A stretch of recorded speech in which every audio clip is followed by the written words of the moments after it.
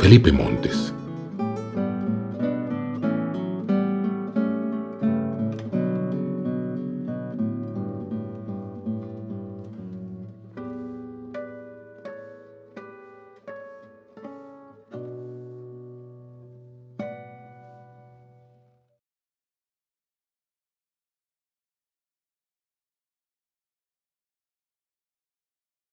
Buenas noches, agradezco su valiosa presencia en tan importante evento.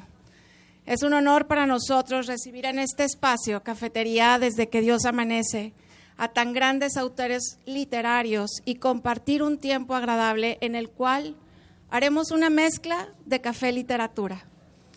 Agradezco la gran oportunidad de ser los anfitriones de la presentación del libro La Hacienda de la Soledad, del escritor Felipe Montes, nacido en nuestras tierras regias en el año de 1961.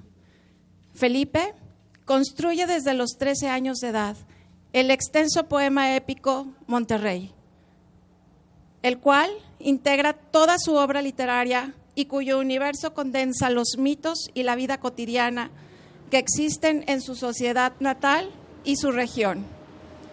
Diversos episodios de su poema Monterrey, publicados en libros por separado, se distribuyen en todo el mundo y algunos de ellos han sido traducidos al francés y al inglés y al italiano. El Enrabiado, elogiado por José Emilio Pacheco, ha sido considerada por Sergio González Rodríguez como una de las mejores obras. Ha presentado sus libros con secciones de Monterrey en países tales como México, España, Estados Unidos, Colombia, Cuba y Argentina, y está decidido a llevar Monterrey a todo el territorio de La Mancha, formado por todos los seres humanos que hablan la bella y poderosa lengua española o castellana. Para este evento nos honra con su presencia la poeta Irma Tamés, viajera sin rumbo, también regiomontana, autora de grandes obras como los poemarios Viajera sin rumbo 1, 2 y 3. La viajera en casa de los poetas. Ha tenido diferentes participaciones de obras de teatro como Masacre en la casa de Aramberry, cortometraje, videos infantiles en Conarte, Nuevo León. Participaciones literarias como el ciclo de la literatura en el Museo de Linares, publicaciones como la revista literaria Azahar, antología Memorias del Confinamiento 2020 y otras antologías poéticas. Disfruten de este tiempo y les invito a estar atentos a todos los detalles.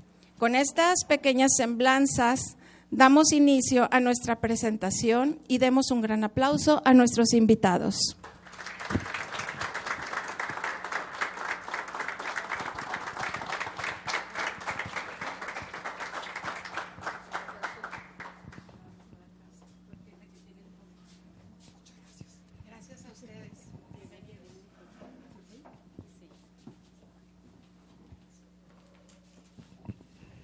Muy buenas tardes a todos, bienvenidos a este evento tan especial. Es un honor, de verdad, haber sido considerada por Marcela y por mi respetado y admirado Felipe Montes a hacer la presentación de esta novela, de este poema, de esta prosa poética, de este poema en prosa. De cualquier forma, La Hacienda de la Soledad. Muchísimas gracias, Eduardo Olalde, muchísimas gracias por acompañarnos, es un honor que estés aquí con nosotros compartiendo tu bello canto. Alfonso, gracias por acompañarnos, muchas gracias. Felipe.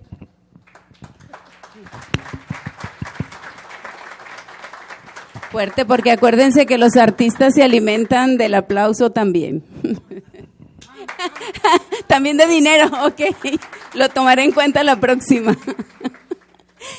Felipe, muchísimas gracias por esta distinción de ser la presentadora de tu novela La Hacienda de la Soledad. Bueno, yo voy a iniciar esta presentación de una forma que que tal vez esté un poquito diferente. Voy a comenzar compartiendo con ustedes un capítulo de esta novela, para después venir con ya la presentación como tal. Todavía no.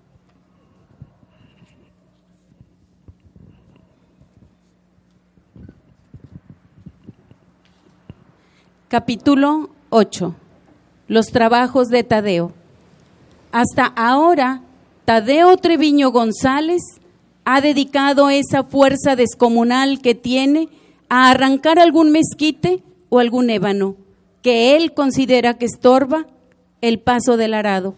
Pero sin una necesidad verdadera, al final, esos arbolitos inocentes despedazados en ramas se han secado en la orilla y ahí permanecen, acariciándose mutuamente las raíces, y solo algunos de ellos se han convertido en leña, simplemente para que Tadeo alardee entre sus amigos en torno al fuego. Pero tanto más fuerte se ha hecho Tadeo gracias a la pasión incandescente que profesa por Luz, que hoy que va con esos compañeros al cerro, se acerca a ese viejo vagón minero cargado de piedras y lo empuja, él solito, solo para saber si puede moverlo. Y sí puede.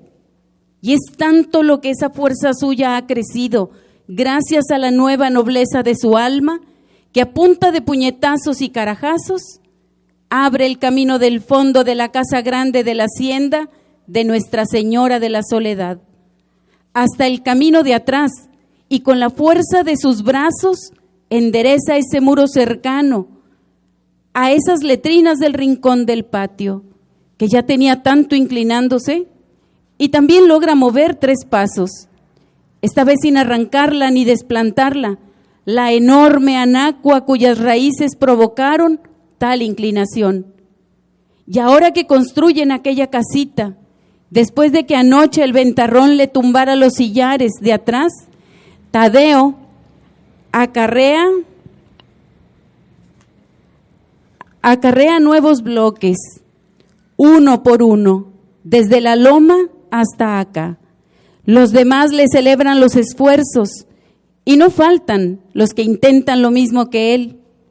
Algunos logran cargar el bloque. Tras de ellos, caminar unos pasos con él. El holgazán Eliud avanza 1/3 del camino, pero todos acaban rendidos, menos Tadeo, y por amor, por lealtad total a su promesa y por esa prudencia que ahora le dicta que no debe usar su fuerza para apalear a otros, sino para el bien de la hacienda y de sus habitantes. Tadeo no solo ya no pelea, sino que, sin esfuerzo, ni siquiera se acerca a aquella troje que, a fuerza de fuerza, se ha convertido en sangrienta casa de la fuerza. Esta mañana, cuando la niña Luz se asoma a su ventana para respirar profundo, encuentra ahí, muy cerca de sus pies, en el repisón de su ventana, un primoroso conejito tallado en dura madera de ébano. Se agacha, lo toma con delicadeza en ambas manos, sonríe, se lo lleva a las mejillas y el conejillo la acaricia con la lisura de su piel pulida. Y en lugar de meterse detrás del biombo para cambiarse de ropa, decide volver a su cama y dormir el resto del día con el conejito entre sus manos, pegado a alguna de sus mejillas. Y así, pensando en su Tadeo, se reconcilia con el sueño y ahí se lo lleva. Voy a leer un poquito más, este capítulo es corto y voy a leer un poquito más porque van a entender un poquito más al rato. Esta mañana, Tadeo no puede esperar, se muerde las uñas, aunque tengan tierra, ahora cada día le parece largo y cada noche le parece un día. Sus amigos lo ven y a veces piensan que está triste, pero una carcajada secreta o un apretón de párpados en Tadeo los tranquiliza. Cuando se busca la leña, tarda más que antes. Cuando la corta, sus hachazos y sus machetazos no tienen la fuerza que solían tener, y ahora contempla largo rato cualquier arbolito verde o tronco seco antes de emprenderla contra él. Cuando cargaba bloques para construcción, unos engañosos suspiros hacen pensar a otros que está cansado, pero también descubren muy pronto, por las distancias que recorre con ellos bajo los brazos, que no se trata de jadeos por agotamiento, sino de sagradas visitas del abuelo del aire a su corazón. Durante los descansos que Tadeo antes no se tomaba, ahora se le ve abatido, tendido, empolvado, con la fuerte mirada y el ceño hacia el horizonte, jugando con alguna polvorienta raíz entre sus manos, y si alguna parvada de pájaros o de ángeles aparece en su panorama, él solo baja la vista de nuevo y toca con alguno de sus dedos la seca tierra del suelo de la hacienda y vuelve a trabajar, pero ese regreso es pausado, no entusiasta, a menos que ande por ahí el mayordomo o el capataz o su futuro suegro. Así, alguna de estas mañanas de ensueño y de impaciencia encuentra luz en ese mismo repisón el regalo de preciosos animalitos de ébano que va recolectando con cariño.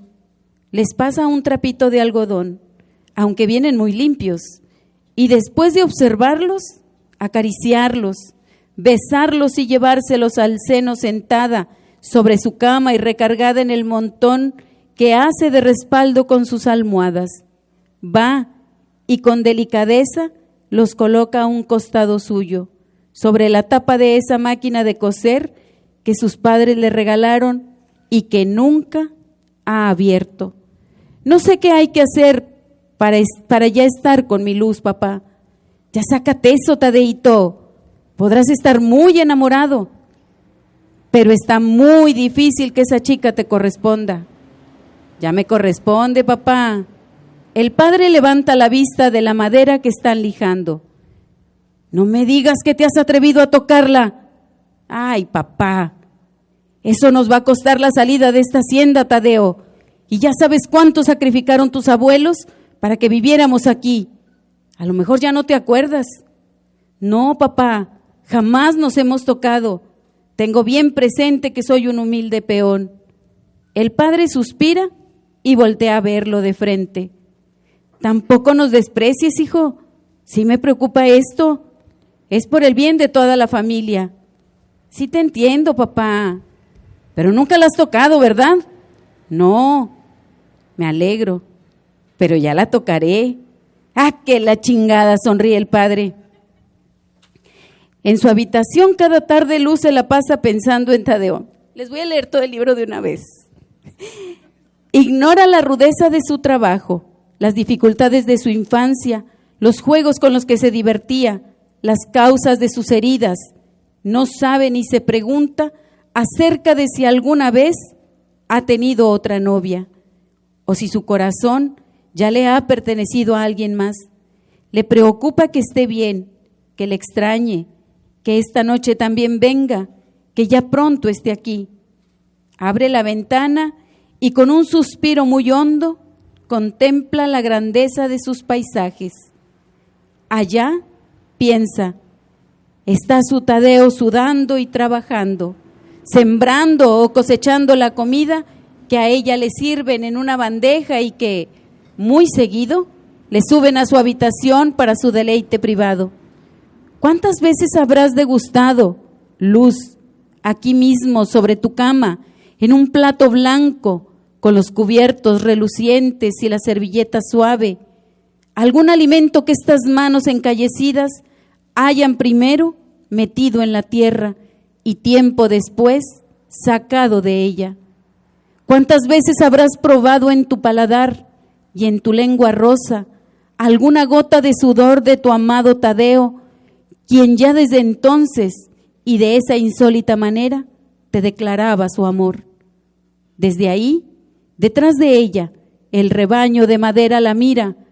Cuando Luz voltea hacia atrás, está de nuevo, muy rápido, dispuesto en un círculo estrecho.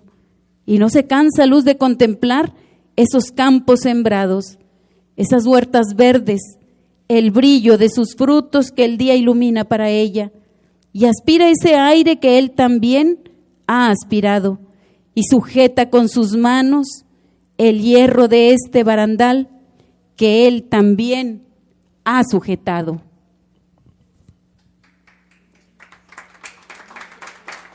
Gracias.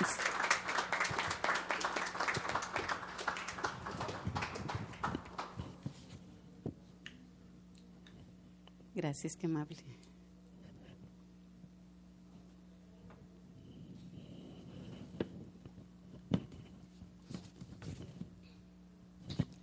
Escrita a modo de prosa poética o poesía en prosa.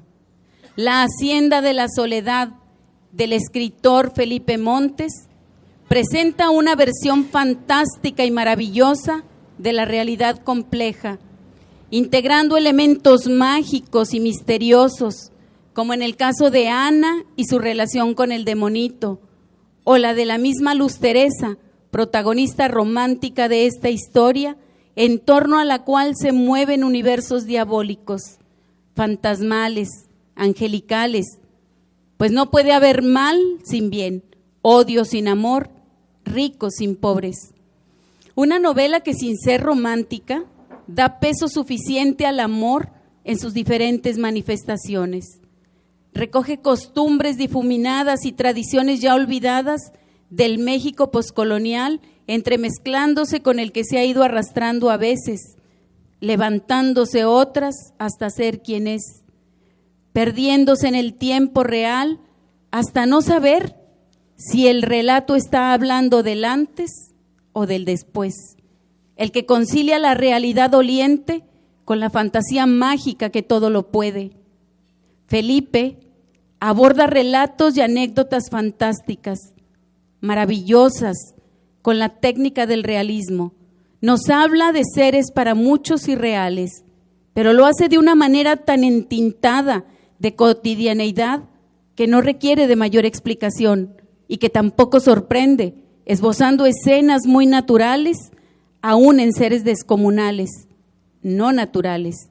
La Hacienda de la Soledad cobija la opulencia y la pobreza en un mismo plano. Cada historia, dentro de la historia, rompe con planos temporales y los entreteje con la transformación que el mismo paso del tiempo ha hecho en todo, en todos. Nos hace ver imágenes pasadas, yuxtapuestas al presente, diluidas tan perfectamente que el lector navega fluido en la historia, los lugares, panoramas y emociones que se despiertan palabra a palabra. Vamos adentrándonos en el relato de la vida y hechos de cada personaje sin perder el hilo de la trama y su relación con Luz Teresa y Tadeo y con la Hacienda de la Soledad. Vemos también la fuerza de la mujer en medio de una cultura patriarcal donde la figura masculina era encargada de la vida pública, en contraste con la sumisión femenina de esa época, pero que en lo privado dirigían el rumbo de los de su entorno. Al mismo tiempo se hace palpable la necesidad afectiva, sexual y de protección de todos los personajes.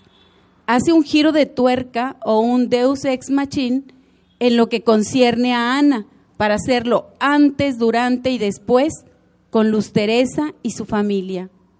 Despiadada como es la vida misma, se dan de forma cotidiana peleas demoníacas, relaciones entre humanos y seres fantásticos hasta llegar a la descendencia. Una característica de esta novela que es importante hacerse notar es la versatilidad que permite al lector poner en el centro de la historia de la señora, es decir, la madre de Laura, Isabel y Cristina, o la de Ramiro y su padre. Lo mismo sucede con Ana y su madre, tanto como la de Luz, Teresa y Tadeo, protagonistas románticos, lograr que el universo gire en torno a quien ocupa el foco central en la mirada del lector.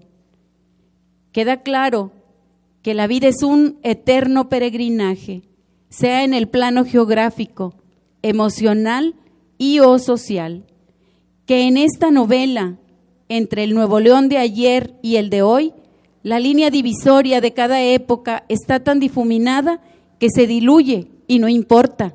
Se mezclan las ciudades conformando entre todas a una sola, reconocida. El entorno histórico, económico y social construye el carácter de cada personaje. Una ciudad engendrada para triturar, como dice Felipe Montes, en la Hacienda de la Soledad.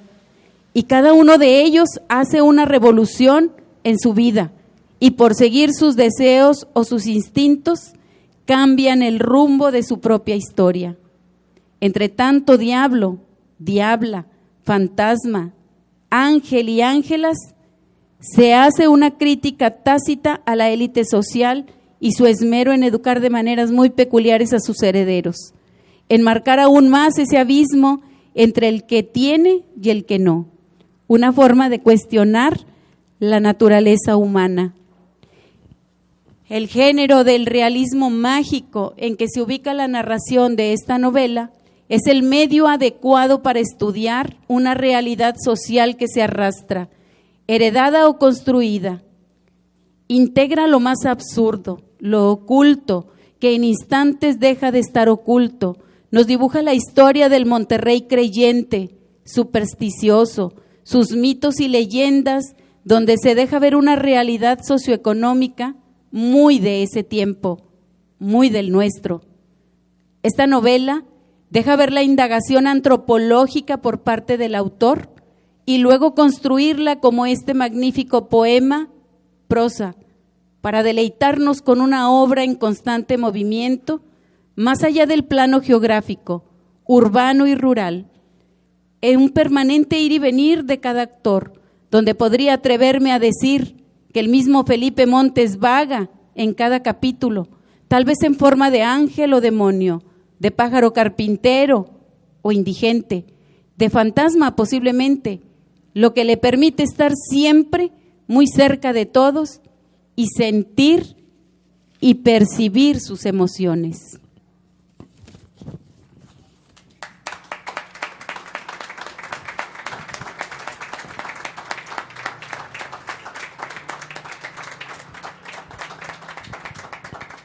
Gracias, muchas gracias.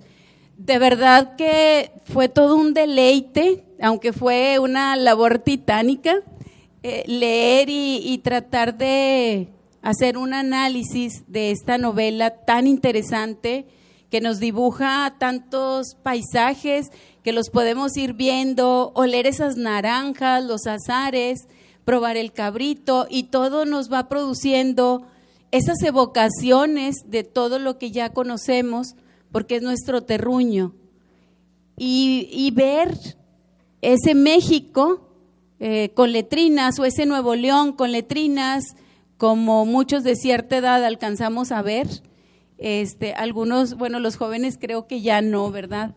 Pero muchos de nosotros alcanzamos a ver la existencia de tantas cosas que nos narra aquí Felipe. Muy interesante, Felipe, muy fantástica, muy realista al mismo tiempo, muy maravillosa. De verdad, tu manejo del realismo mágico es un agasajo, es un deleite.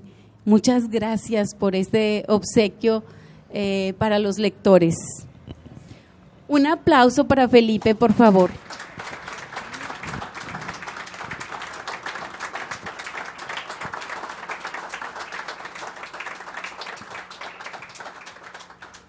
Felipe, ¿cuánto tiempo te llevó desde que pensaste en esta obra? ¿Cuánto tiempo te llevó crearla? Muchas gracias. Bueno, entramos en estas preguntas y ahorita voy a preguntar algo, a pedir algo al público. Pues bueno, como hemos platicado, Irma, empecé realmente el poema completo cuando tenía 13 años. Es decir, cuando estaba ahí con Pepe García Batarse, si quiere levantar la mano, y con mi hermano Luis ahí. Las primeras ideas empezaron en sexto de primaria, pero ya en secundaria ya estaba muy definido a qué me quería dedicar por sobre todo. Pero ese poema que empezó como algo mucho más, bueno, empezó muy ambicioso, pero de otra manera, poco a poco ha tenido diferentes partes que voy trabajando simultáneamente. Actualmente tiene 12 grandes partes. La octava parte se llama La Guerra del Viento y está formada por este libro, La Hacienda de la Soledad, y sus 2 secuelas. Es decir, es una trilogía. Para hacer este libro, ahora siguiendo al contenido de tu pregunta, empecé más o menos hace 4 años y terminé hace más o menos 3. Pero eso implica que ya tenía las ideas más o menos claras de a dónde quería ir, no solo en este libro, sino en las 2 secuelas también. A veces me parece, a ver qué dicen otros amigos escritores, allá está Jake, allá está Jaime, si quieren levantar la mano, está Rafa, con Diana, bueno, pues hay muchos por ahí. A veces la parte divertida es idearlo todo y luego viene la parte ardua que es escribir, pero a veces es al revés, es decir, viene una idea que no parece muy buena, pero una vez que le dedicamos tiempo, pues se va desarrollando y creo que esa fue más bien la actitud literaria ante La Hacienda de la Soledad. Es decir, darle con paciencia, darle con cariño, como fue hecha esta presentación, como ahorita vamos a mencionar, y dejar que cada plántula florezca en su caja de Petri, Pepe. Es decir, que le pongamos el nutriente necesario a cada frase, a cada párrafo, para que acabe siendo digno de una lectura como la que tú acabas de hacer. Y si algo se va por donde no queremos, corregirlo, pero de una manera amable, blanda, para que todo el texto corra, fluya y me guste a mí y espero que por lo tanto a muchos más. No sé si respondo a tu pregunta. Totalmente, muchas gracias. Felipe, ¿cómo indagar o cómo imaginar, cómo crear tantos personajes fantásticos y reales?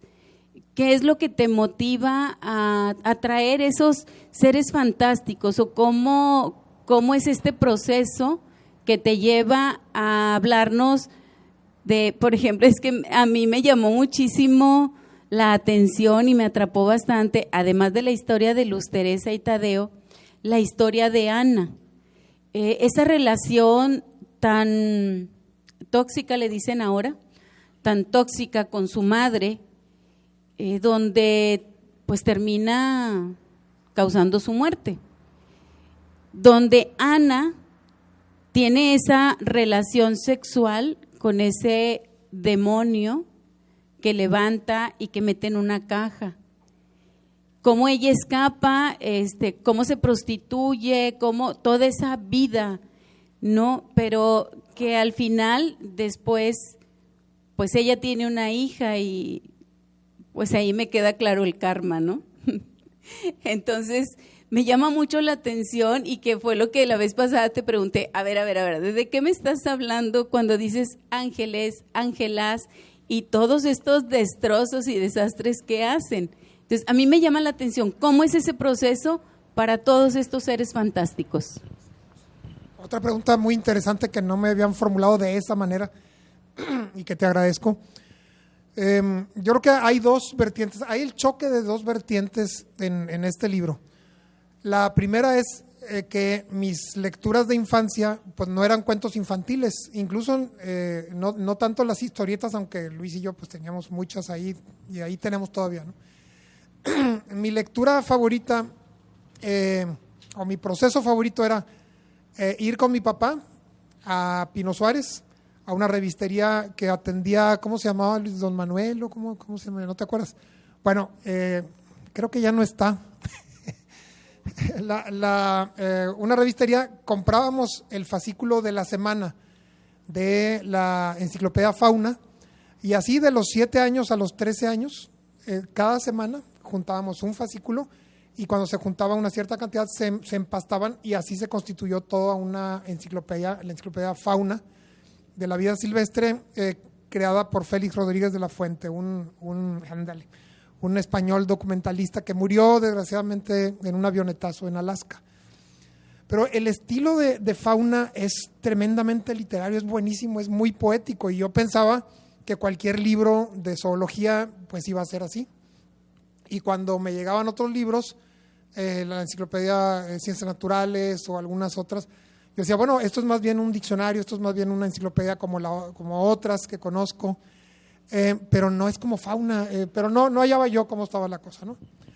Ahora bien, por otro lado, y ya más grande, y creo que por influjo de algunos compañeros de primaria y secundaria, o sea, Miguel Ángel Gutiérrez García, alias El Pingüino, Mauricio Sada y otros, que recuerdo esas reuniones y digo, bueno, pero cómo éramos intelectuales en sexto de primaria, ¿no?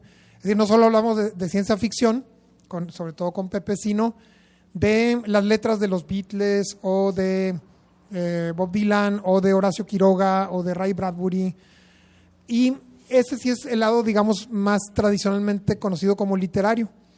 Entonces, entre el mundo de los animales y las plantas, en que las acciones pues no son administrativas precisamente, ¿no? No hay una venta o no hay una compra o algo así, todo es atacar a la gacela para comérsela, todo es asesinar a los cachorros de la camada anterior para que la hembra entre en celo y el león entonces pueda tener su nueva camada, etcétera, ¿no? Son historias que en nuestra civilización pueden sonar brutales, pero para mí son las historias reales.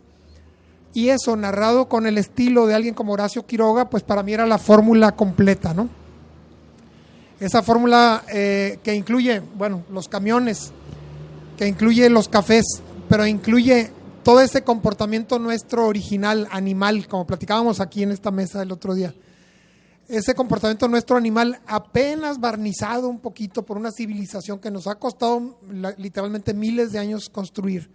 Y apenas tenemos una capa así de delgada de barniz civilizatorio y se rompe esa capa cada vez que alguien se le cierra en el auto al otro y el otro se baja con una llave de tuercas. Es decir, somos sí civilizados, pero delicadamente civilizados, ¿no?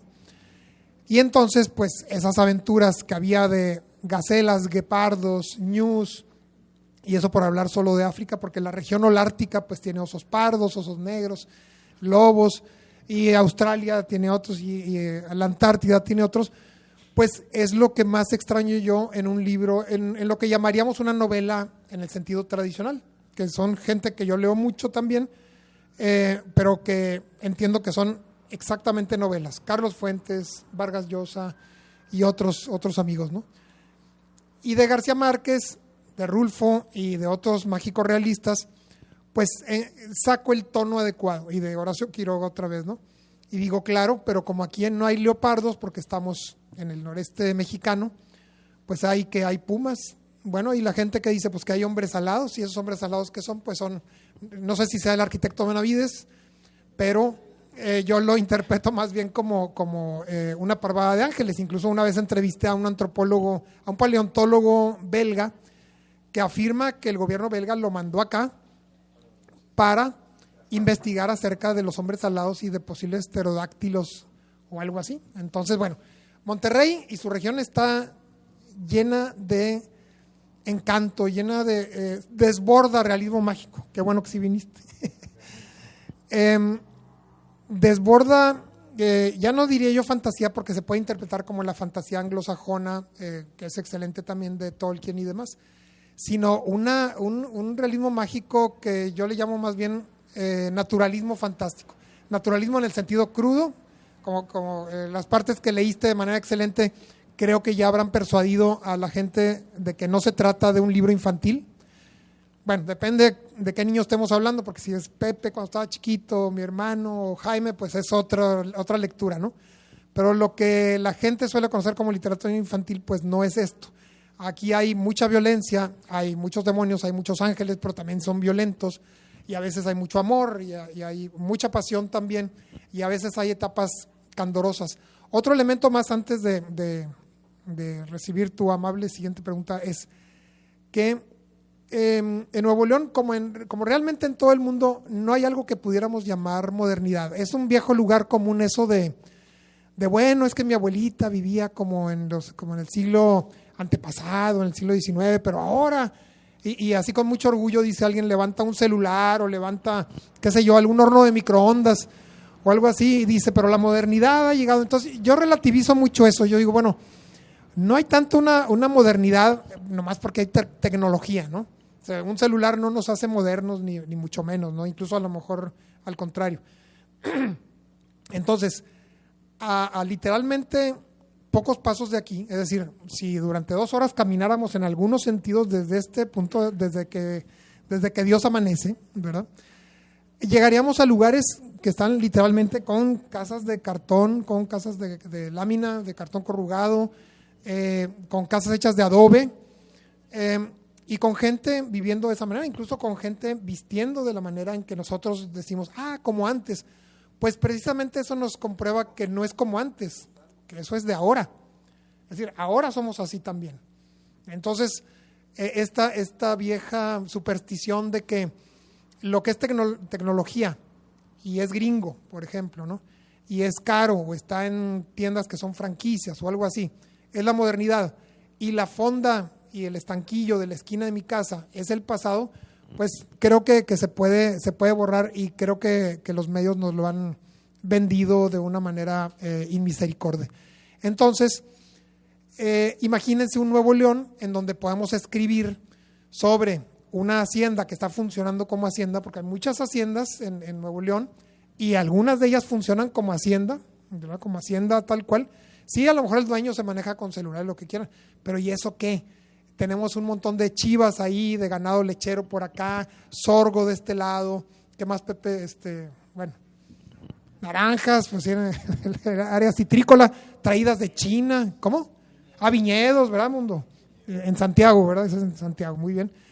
Y entonces no hace falta convertirlo todo en una nave, por ejemplo, una nave espacial me refiero. No hace falta convertirlo todo en un campo de guerra en Europa. Aquí, si nuestra autoestima literaria se incrementa más y más, ¿verdad? Que muchos aquí la han incrementado, entonces nos daremos cuenta de que esta noche es una noche especial y que podríamos hacer una novela completa, siempre y cuando nos orienten Marcela y Jesús, que están de este lado, que ahorita les voy a platicar. Aplauso para ellos dos, ahorita les voy a platicar algo. Sí, y qué bueno que mencionas a Marcela y a Jesús, que muy agradecidos de que crearan esto de empezar presentaciones aquí en su cafetería desde que Dios amanece, porque esto se va a convertir en una delicia, ¿eh?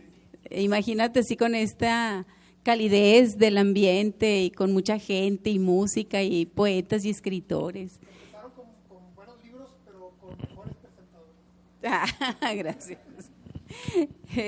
Entonces, te digo que en un principio o los primeros capítulos se ve claramente esa transferencia del reino animal al ser humano, cuando se aparean ahí donde sea, cuando ya no es una pareja, ya es otra, y es un comportamiento que siempre se había manejado más, estaba más visto en el reino animal que en los seres humanos.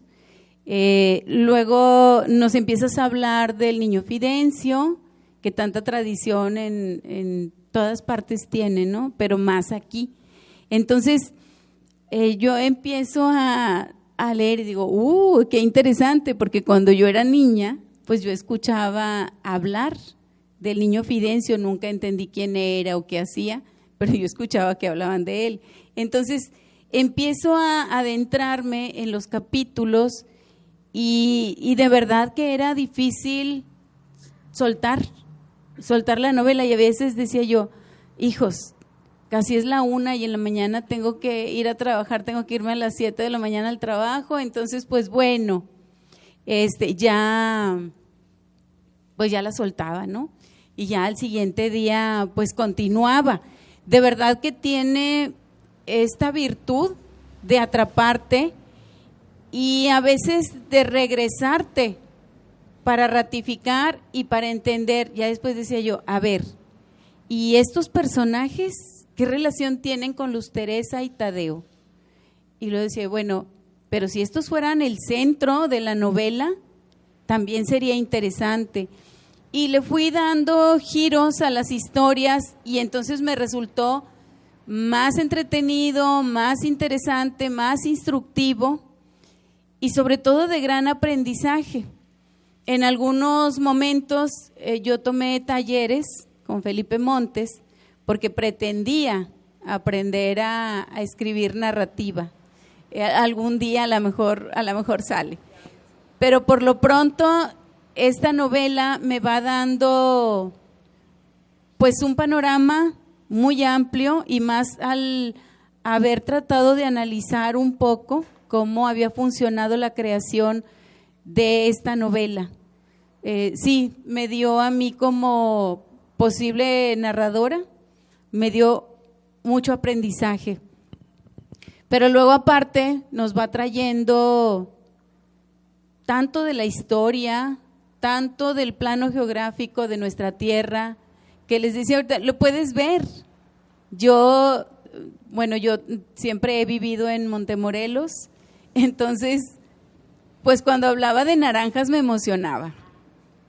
Me emocionaba, y luego Linares, y así cuando va hablando de cada municipio, es tan fácil trasladarte que esa es una de las misiones cuando escribes novela, poder hacer que el lector navegue junto con la historia, que se sienta parte de la historia, que se vea dentro de esa historia y en ese plano geográfico que nos explica. Y Felipe realmente lo logra y de una manera sencilla, natural. Y yo ya veía así como, ay, está con un ángel, ay, está con una ángela. Y yo ya hasta me emocionaba de esa pareja entre una mujer y un ángel, o entre un peón y una ángela, no sé, cosas así que nos va explicando la novela, que de verdad me sigue la emoción de haberla leído. Y Felipe, la Hacienda de la Soledad, ¿realmente existe como tal o solo la Hacienda de la Soledad es Monterrey, es Suazua, es Linares, es Doctor Arroyo, que allá pues todavía vemos todo esto que tú nos cuentas de las haciendas, de los ejidos, que supuestamente desapareció el ejido, pero no sé dónde desapareció, porque sigue habiendo ejidos o tierras ejidales y a lo mejor ya no con la presencia del presidente ejidal o algo así, pero siguen existiendo y seguimos viendo, como decía Felipe, a esas personas pues que siguen vestidas igual y que siguen echando tortillas a mano y que siguen matando una gallina retorciéndole el pescuezo y que sigue todo eso que sucedía a principios del siglo XIX. Entonces, sí hay una línea, pero se diluye y no te deja ver un brinco, te deja sentir que todo ha sido fluido y que te puedes regresar y volver. Entonces, es muy interesante cómo se logra este zigzag que haces tú en el tiempo, porque de pronto dices, a ver, está en los 70s, está en el 1920, está en el 2000, ¿en qué tiempo está? A fin de cuentas sí, hay una continuidad y muchas cosas permanecen, pero ¿cómo logras esto tan complejo y que ahí lo percibo de una manera tan sencilla, tan natural, tan coloquial en la manera en que platicamos también? ¿Cómo lo logras? Muchas gracias. Creo que la palabra clave es libertad. Es decir, cuando yo lo escribía de esa manera, no estaba pensando, bueno, y de hecho sigo sin pensarlo, que estoy brincando en el tiempo, sino que todo eso está coexistiendo en un mismo tiempo. Es decir, conforme van convergiendo las diferentes líneas argumentales y ya en el tomo 2 y en el tomo 3 que convergen más de ellas, vamos siendo conscientes de que las Torres Obispado existen al mismo tiempo que la Hacienda de la Soledad y que hay un contacto entre ellas. Y si alguien se sorprende, es como decía ahorita, es que no ha visitado la Trinidad en Montemorelos, por ejemplo, ¿verdad? Y las torres del Obispado, por ejemplo, ¿no? La Torre Pabellón o algo así. Entonces, todo ello es simultáneo. Y si no lo fuera, Irma, nosotros podemos hacer que sea simultáneo. No se trata de una novela ucrónica en la cual estoy cambiando el futuro. Algo tiene, claro, de ucronía. Es decir, esas novelas que nos dicen si hubiera sido de tal otra manera la historia, entonces habríamos terminado de tal modo. Bueno, algo tiene de eso. Y sí, alguien dijo que algo tiene de postapocalíptica y algo tiene, bueno, sobre todo de mágico realista. Y hay algunos sismos así aprovechados dentro de toda mi obra y mucho dentro de esta en especial. Pero la libertad es aquello que nos hace, que nos da el permiso de hacer lo que nos da la gana en un territorio que ya establecimos. Si tú y yo establecimos como territorio nuestro el de la lengua española o castellana y le agregamos 2 o 3 condiciones cada quien de acuerdo con el gusto que como autora tú tengas o yo tenga, pues ya el campo de juego queda bien determinado. Son tantos metros para allá, tantos para acá, hay que meter esta pelota de aquel lado, o las metáforas van a ser así, van a quedar erradicadas este tipo de palabras, ¿no? Y de ahí en adelante todo es diversión. Todo es, bueno, ahora sí, ya sé que si quiero, que no quiero, y tiene mucho que ver con esa vocación también, no solo la vocación literaria, sino la vocación de, ¿y qué rayos quiero sacar yo de la literatura? ¿Por qué quiero literatura y qué quiero que sientan otros con lo que yo escribo? Bueno, ya que te vas conociendo, como cuando cocinas o como cuando caminas por la ciudad o cuando diriges un negocio, todo esto se va manejando cada vez con más confianza, más y más confianza. Y una confianza que nunca termina por cuajar porque siempre hay que leer más el diccionario y todo, o el periódico o a otros autores, a otras poetas. Y la libertad se da entonces en un ámbito muy controlado por ti o muy divertido y que también te puedes dormir y seguir navegando y sabes que no te vas a perder porque donde estés es tu libertad también. Entonces, bueno, ya ves que hemos estado involucrados en talleres literarios y todo esto, y algo muy importante y que pasa con un porcentaje más o menos pequeño de quienes participan en talleres, y esto creo que puede servir para cualquier ámbito en que ustedes se desempeñen, creo que en cine especialmente, Marian, bueno, hay varias personas aquí que están incursionando en locuras nuevas, y es alguien que dice, muy preocupado, ¿verdad? Llega al taller y dice, bueno, es que yo quiero aprenderme las reglas para hacer un buen cuento, o quiero saber cuáles son las reglas para hacer una buena novela, un buen poema, cómo se hace. Yo creo que te preguntan mucho también eso, ¿no? Y bueno, creo que lo primero que hay que responder no es simplemente, pues haz lo que quieras o algo así, sino mira, en tu casa te regaña tu mamá, te regaña tu papá, te dice cómo comportarte en la mesa, qué se hace, qué no se hace. En la escuela te dicen a qué horas hay que estar adentro, a qué horas hay que estar afuera, que después de tal hora ya no te dejan entrar y antes de tal hora hay que salirse, etcétera, ¿no? En el trabajo, un jefe, una jefa que te exigen y ya hiciste lo que te dijeron y resulta que no era lo que querían y hay una falta de comunicación tremenda. Le dije, ¿quieres que la literatura, la única área verde posible de tu vida, sea también como todo eso que estás padeciendo ahorita? Y bueno, generalmente la respuesta, ya saben, es no. No quiero que alguien me regañe. Bueno, pues entonces diviértete. La literatura, así como algunas otras artes, es de lo poco que puedes gozar con mucha libertad, además en la literatura con muy bajo presupuesto, a diferencia del cine, de la arquitectura, la escultura, que ya se imaginarán los presupuestos necesarios ahí, ¿no?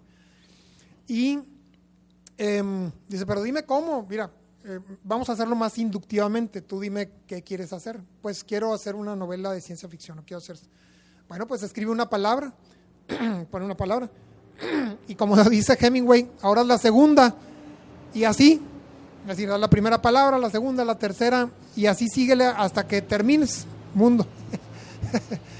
Entonces, no quiero decir que sea así de sencillo, sino que sí es muy sencillo, sí el espíritu se encuentra en calma y no queremos ya o no pretendemos dar gusto a otros o cumplir con ciertas reglas que suponemos que están, porque mucha gente, a sabiendas de que no hay necesariamente reglas, porque me gusta llamarlas costumbres de literatos, costumbres de la gente que habla español, costumbres, no reglas, de todos modos busca reglas, como que hay tal costumbre en nosotros por manejarnos a través de reglas que dice con mucha satisfacción, ya me encontré un libro que me dice cuáles son las reglas, ¿no? Bueno, pues felicidades, ¿no? Pero tienes mucha libertad y tienes todo un universo por crear, o muchos universos por crear, así que espero que poco a poco vayas estirando tus músculos y haciendo finalmente lo que te da la gana. Excelente, libertad. Me parece muy interesantes tus respuestas, muy ilustrativas, tan ilustrativo como todo lo que vi, porque es eso, leer esta novela es ir viendo toda la narración, el poder ver a cada uno de los personajes, el poder ver cada lugar y sobre todo con un lenguaje natural, coloquial, porque a veces encontramos textos que tienen palabras tan rebuscadas que luego entre que buscas en el diccionario o en Wikipedia ya te perdiste de la historia. Aquí no sucede eso, es todo muy fluido, muy entendible, muy gráfico, muy gráfico. Entonces fácilmente puedes evocar. Yo al que buscaba era a Felipe Montes en cada capítulo. En algunos dije, ¿está hablando de él? De algunos personajes decía yo, en este capítulo, ¿está hablando él? ¿Él es este pájaro? ¿Él es este ángel? ¿Él es este diablo? ¿Sí? En diferentes capítulos. Porque solo estando ahí, en cada una de las anécdotas, en cada una de las historias, es que puedes sentir esa emoción de los personajes, el tener ese olfato, porque lo narras de una manera que yo a veces estaba leyendo y decía yo, "Ugh". Entonces, decía yo, tenía que estar ahí Felipe, sino cómo me lo cuenta, ¿sí? Cómo me lo cuenta todo tan exacto. Entonces, de verdad, es una gran obra, te felicito ampliamente, me congratulo al mismo tiempo de que Marcela y tú me hayan elegido para presentar este libro. De verdad fue toda una experiencia. Yo ahora quiero invitar al público a que le haga preguntas a Felipe, a que le haga comentarios, felicitaciones, quejas también. Si se vieron por ahí retratados, ahora es el momento de reclamarle. Entonces, pues bueno, el micrófono está abierto para ustedes. Un aplauso, el primer valiente. Sí, nada más nos dicen por favor su nombre para saber quién está preguntando. Alessandro.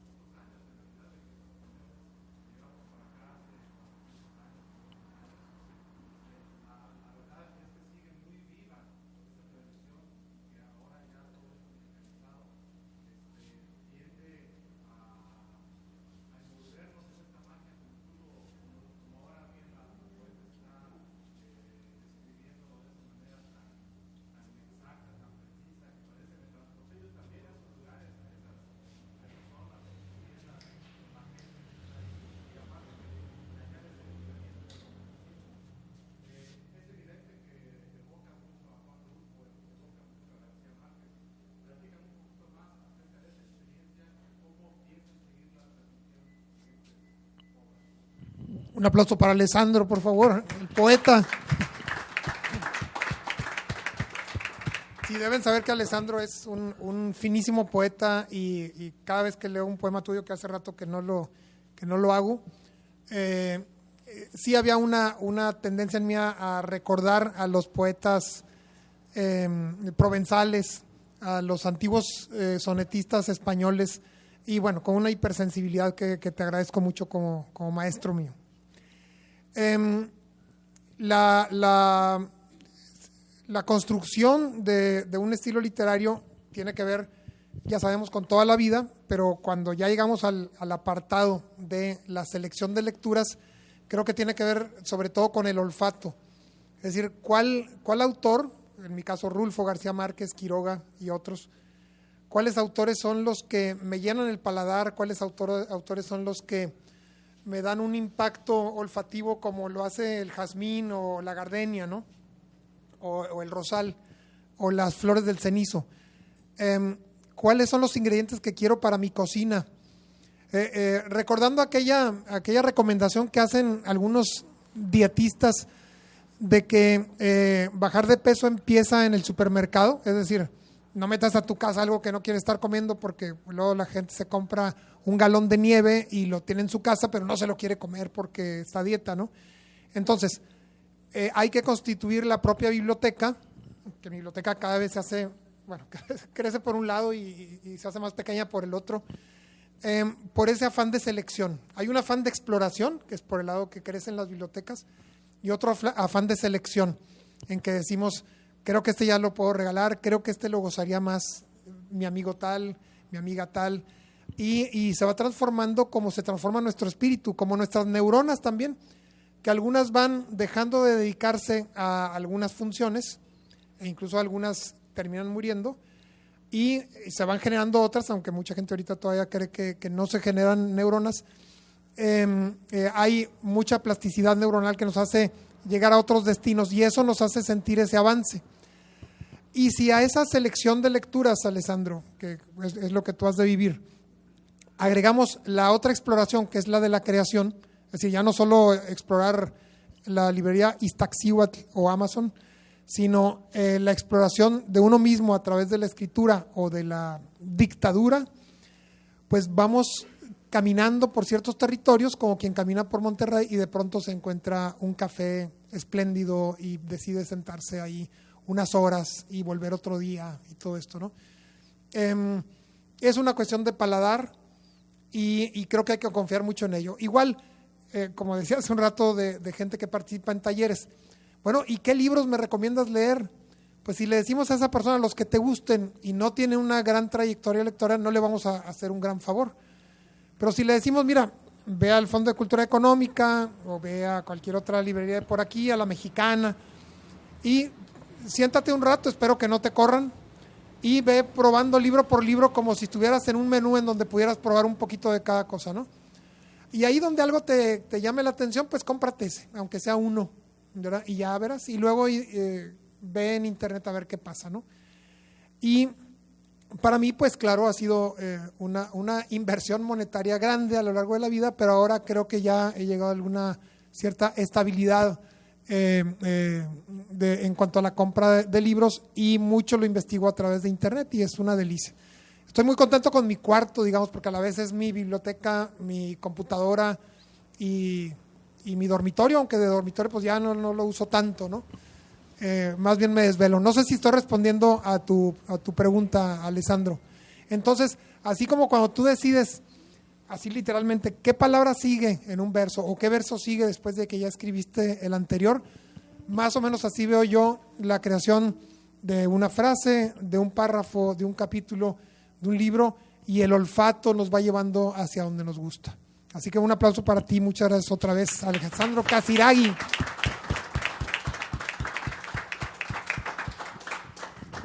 A ver, otra pregunta por ahí. Sí. ¿Alguien más? Ahí voy. Nombre, ¿cómo te llamas? Pepe. Eso. Yo no había venido, fíjate, a esta edad, a este tiempo de conocernos, yo no había venido a una presentación de tu libro. Sí había habido en la Feria del Libro, que son más cortitas. Es que mis libros anteriores no tenían la calidad suficiente, Pepe.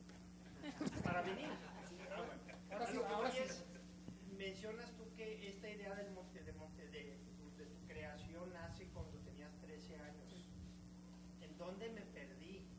A lo que voy es, ¿cuándo nace el escritor Felipe Montes en tu casa de Hidalgo, entre las antigüedades de tu papá, entre la ropa de tu mamá? ¿En dónde nace Felipe? ¿Cómo nace? ¿Qué es lo que empezó en ti? Porque seguimos estudiando cosas que no tenían nada que ver con la literatura. Sí. Entonces, donde digo dónde me perdí, más allá de aquella historia de ciencia ficción que hicimos en la primaria, desde antes ya venía creciendo Felipe Montes, el literato que veo ahora. Entonces, ¿dónde en tu cabeza se dispara la idea de convertirte en lo que ahora eres? ¿Por qué? Oye, pues sí tienen tiempo, ¿verdad? Sí tienen unas 6 horas, si se podrá. Muy bien, muy bien. Oye, pues excelente pregunta también. Voy a tratar de resumirla y de todos modos en una taquiza, una sandwichiza, ¿verdad? Aquí no hay tacos todavía, pero una sandwichiza aquí en Desde que Dios Amanece no le echamos.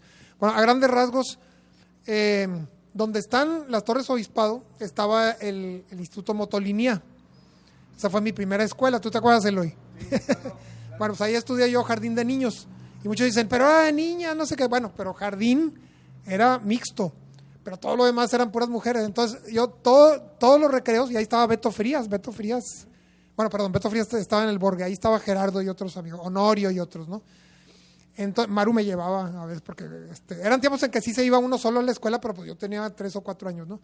Entonces tampoco.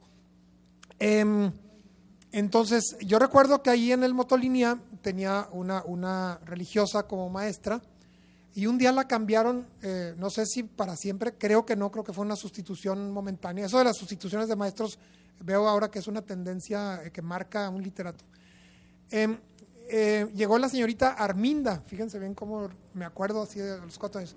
Entonces nos repartió una hoja cada quien y se veía muy rígida y un poco regañona y todo. Y pues me puso una hoja también hacia el frente y un lápiz y a todos. Me dijo, ahora van a escribir lo que yo les diga. Y nadie sabía escribir, pero yo fui el único que dijo, oiga, pero no sabemos escribir. Me puso una regañada bárbara, ¿no? Entonces yo creo que ahí empezó todo. La venganza contra la señorita Herminda es, ya aprendí a escribir, ¿verdad? Más o menos, junto una letra con la otra. Esa es una posibilidad, ¿no? Una hipótesis. Otra es, mi mamá colecciona, bueno, no sé si sigas coleccionando, pero poemas que ella misma transcribe, de Amado Nervo, de Luis G. Urbina, sobre todo de los modernistas, de Federico García Lorca, unos discos de García Lorca, bueno, no era él, no era su voz, sino de Nati Mistral y otros, él se acuerda de todo. Y entonces ese influjo me llenó mucho de esa melodía. Maru ha recitado y nos sigue recitando El romance de la niña negra. ¿Cuál otro, Maru? Mamá soy Paquito. Las Mil Maravillas, ese es muy chistoso, es muy bueno. Entonces, y mi papá, bueno, con los libros ahí alrededor en la casa y todo eso. Y luego Luis empezó a leer que Los Tres Mosqueteros y que libros clásicos pero grandotes, ¿no? Sobre todo Alejandro Dumas y otros, ¿no? Y bueno, y la familia Espino Barros, que aquí hay varios representantes, está Mundo y otros, pues se ha distinguido también por mucha sensibilidad y amor por la literatura, pero de muchas artes, en especial tío Pepe, muy ingenioso y muy lleno de... Sí es así, ¿verdad, madre? Tío Pepe especialmente ingenioso, ¿verdad? Sensible, creador y todo. Creó una ciudad a escala, la ciudad perfecta. Ese es otro brinco. Luego ya platiqué acerca de Fauna. Leer cada revista toda la semana, releerla, ver la portada otra vez. Bueno, leer hasta la página legal de la revista, ¿verdad? Porque había que leerla toda, ¿no? Y luego ya teniendo la enciclopedia completa, irla barriendo para acá y para allá. Creo que es un modelo muy importante. Cuando era niño, la familia era más religiosa, yo creo que más religiosa que ahora. Íbamos a misa a la Purísima, y la Purísima, bueno, ya más grande me he dado cuenta del tipo de tesoro que tenemos, que ahí Juan José Silva tendrá muchísimo que decir, ¿verdad? Las letanías que están escritas alrededor, yo las veía. El padre Tapia. El padre Tapia, otro poeta, y el padre Tapia y el padre Aureliano y el padre Vega y el padre Valenzuela y el padre Camacho, varios ahí, ¿verdad? Y la gente que iba a la misa, que también era muy, muy peculiar, o los que componían el coro, al cual pertenecía Maru también, ¿no? Entonces, las letanías ahí arriba, el padre Tapia diciendo con furia algo, con vehemencia, o el padre Vega con una paz así, hermanos, que parecía un maestro Shaolin más que un maestro cristiano, ¿no? Y la arquitectura del lugar, que es espléndida, es increíble, pero pues yo estaba acostumbrado, imagínense qué bonita infancia estar acostumbrado a la Purísima, por ejemplo, ¿no? Y bueno, agréguenle ahora sí mucho cuidado, porque les voy a pedir un aplauso para mi mamá. Denle el aplauso primero a mi mamá.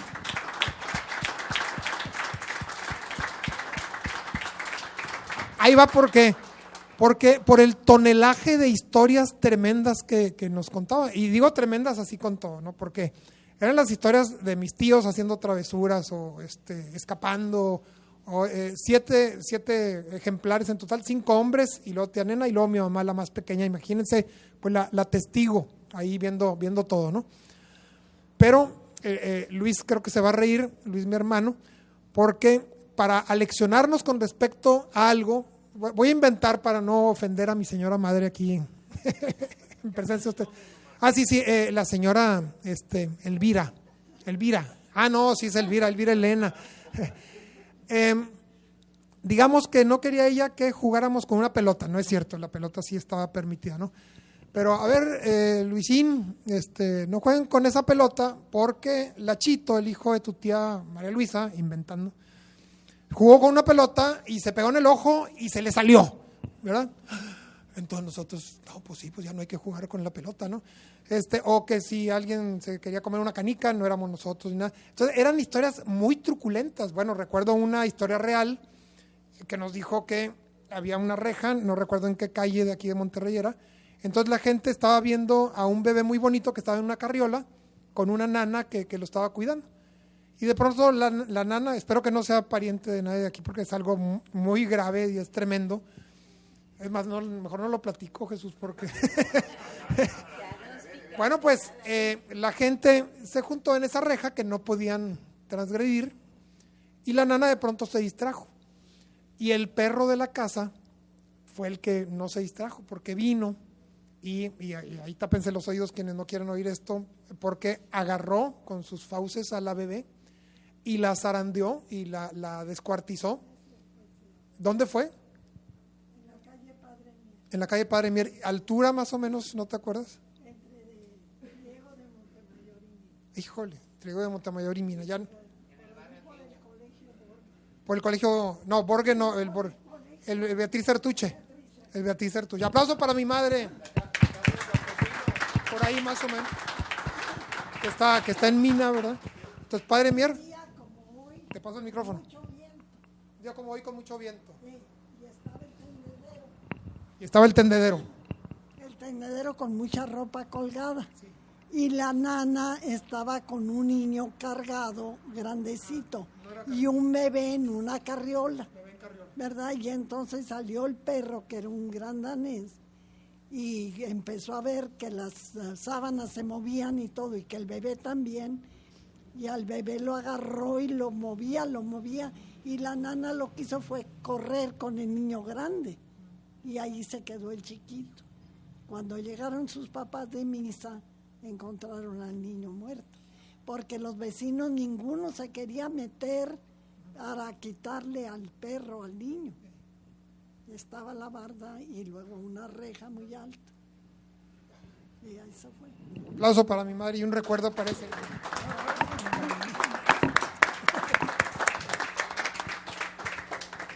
Bueno, pues el tío Celerino de Rulfo palidece ante una madre así. Muchas gracias, madre. Y bueno, y mucha historia así. Luis, ¿es así o no es así?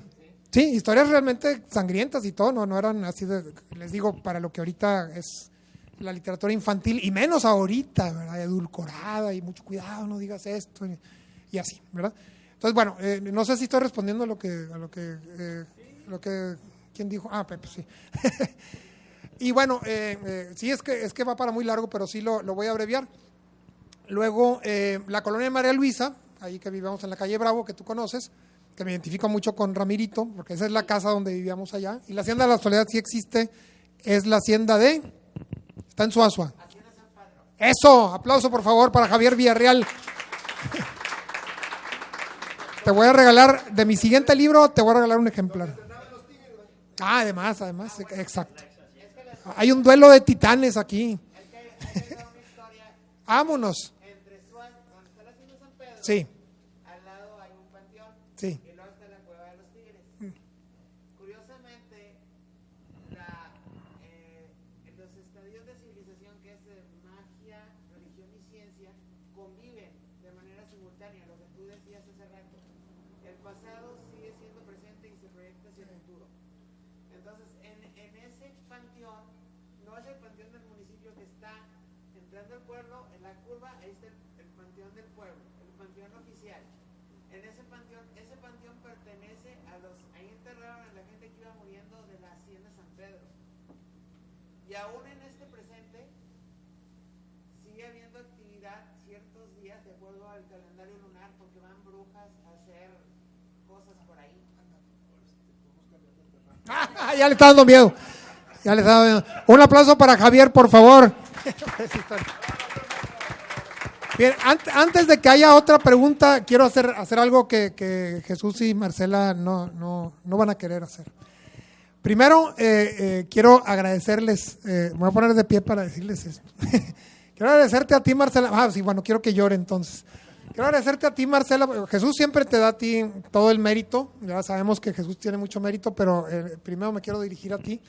Y es que cuando recibí tu mensaje invitándome a que presentara, mira, se me está poniendo la piel chinita en la cabeza, no sé qué signifique, pero sentí tal emoción y tal cantidad de recuerdos y tal nostalgia por tiempos desde la infancia hasta los momentos de más presentación de libros, hasta los momentos de menos presentación de libros. Y cuando me recordaste aquella recomendación tímida que te hice sobre un escrito, y respetuosa además, dije, caray, estos somos, ¿no? Estamos hechos de lenguaje, estamos hechos de amistad, estamos hechos de reunirnos en torno a estas luces y a esta maravilla, ¿no? Entonces, bueno, no acabaría de agradecerte todo lo que haces, pero sí quiero que todos te demos un aplauso muy fuerte por que tú hiciste.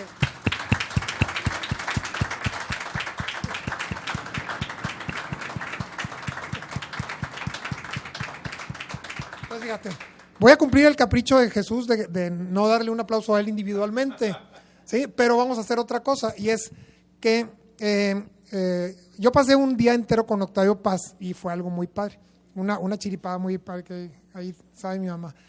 Nada más él y yo, además, salvo ratos.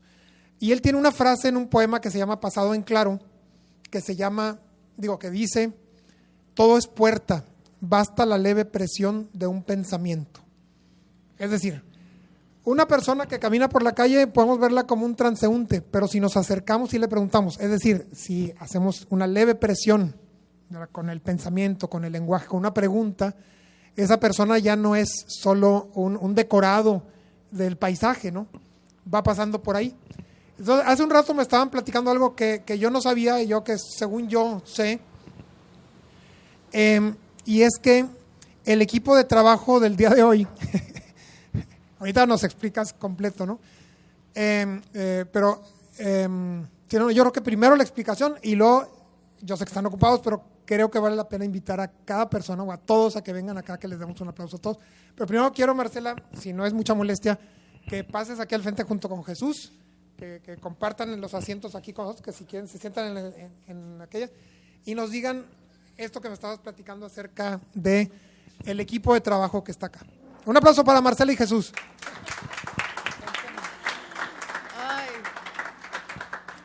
No quería decir porque le da pena, pero ya no le queda bien.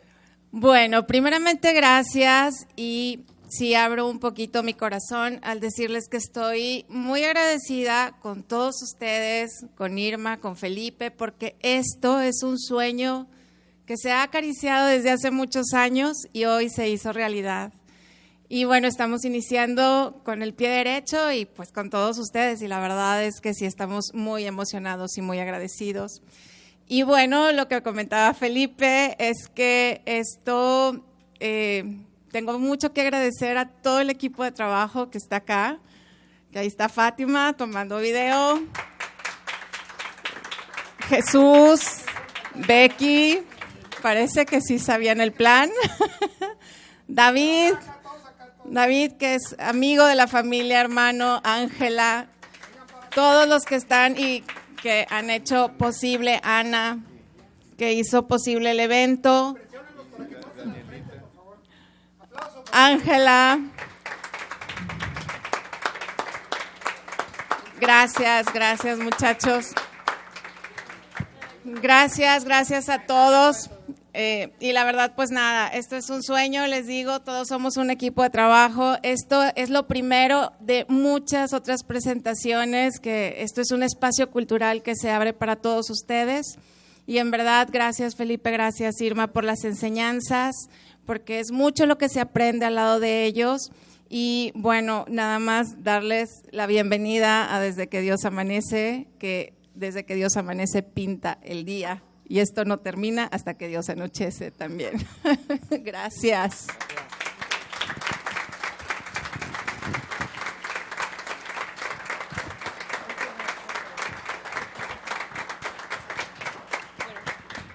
Muchas gracias. Ahora vamos a pedir una autorización a la licenciada Rebeca.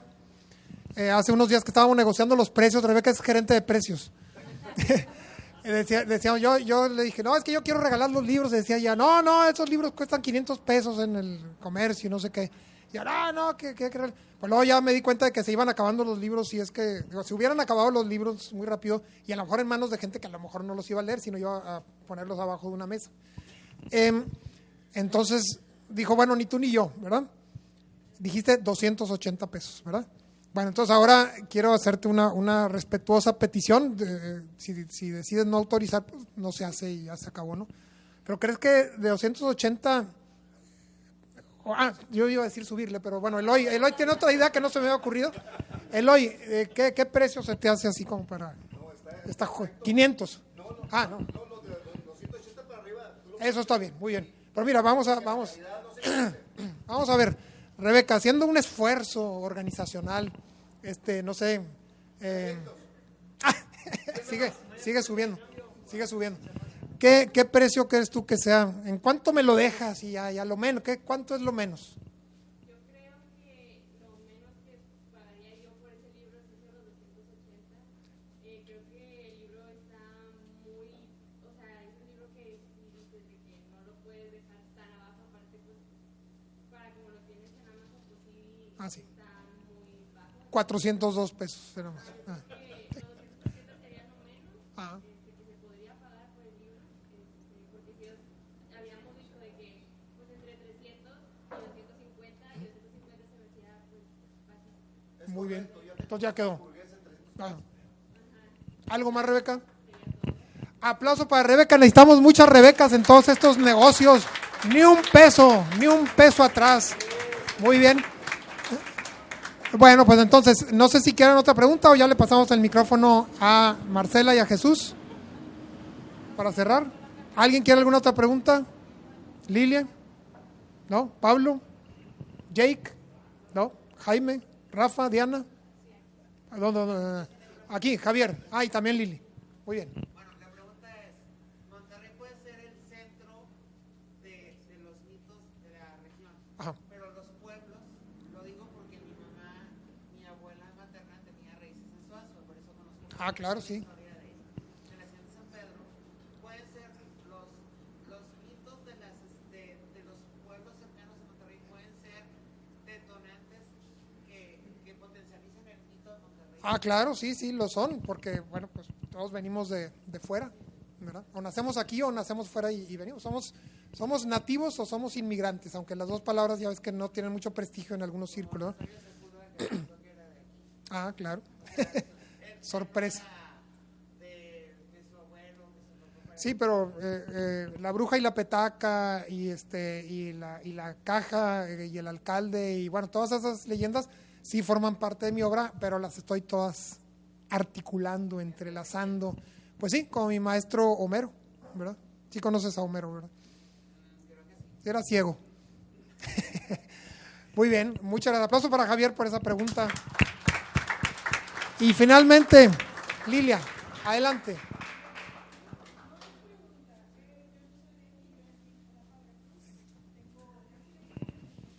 Dos libros publicados.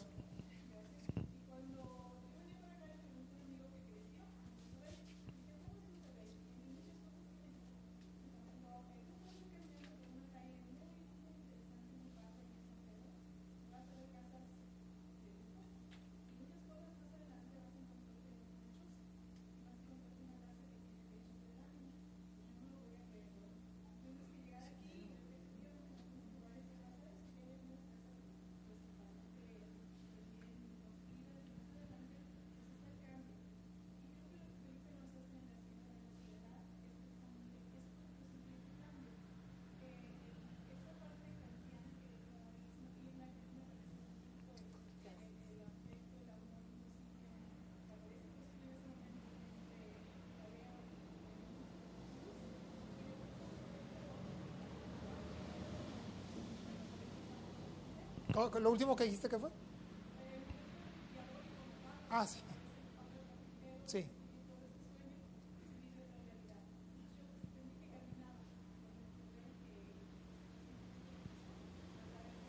Ay, pues hombre, muchas gracias. Aplauso para Lilia. Bueno, ahora sí te paso el micrófono y ya si alguien quiere que platicamos más adelante, pues en este rato nos ponemos de acuerdo. Marcela, con ustedes. Gracias, Felipe. Gracias.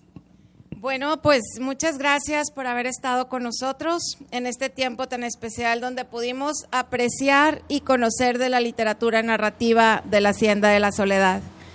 Y a las generaciones nuevas que hoy nos acompañan, les invito a que a través de esta genialidad puedan conocer al Monterrey que muchos de nosotros construimos y salvamos de la podredumbre y corrupción que pueda haber en los días de hoy que vivimos. El buen Monterrey sigue existiendo y late en nuestros corazones. Muchas gracias y bueno, los invito a pasar con Felipe al autógrafo de libros, la compra, aquí los pueden adquirir. Gracias, chicos, gracias por todo y buenas noches. Bienvenidos.